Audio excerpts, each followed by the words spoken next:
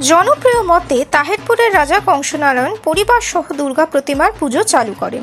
তিনি রাজস্ব যজ্ঞ বা অশ্বমেধ যজ্ঞ করতে চাইছিলেন। পণ্ডিতেরা বললেন কলিযুগে অশ্বমেধ যজ্ঞ সম্ভব নয়, তাই তার বিকল্প হিসাবে তিনি পালন করলেন শারদীয়া দুর্গোৎসব। কংসনারায়ণের বহুকাল আগে থেকেই বঙ্গদেশে দুর্গাপুজোর প্রচলন ছিল। আগের মূর্তিগুলিতে দুর্গাকে দেখা যায় অসুর দলনী রূপে, কিন্তু একা, সাদা বাঘ এবং সবুজ সিংহের উপর দাঁড়ানো। কিন্তু কংসনারায়ণ যে দুর্গোৎসবের সূচনা করেন তা বাঙালি সমাজে কিংবদন্তি তৈরি করেছিল। তিনিই প্রথম পরিবার সমেত এক চালার দুর্গা প্রতিমা তৈরি করালেন।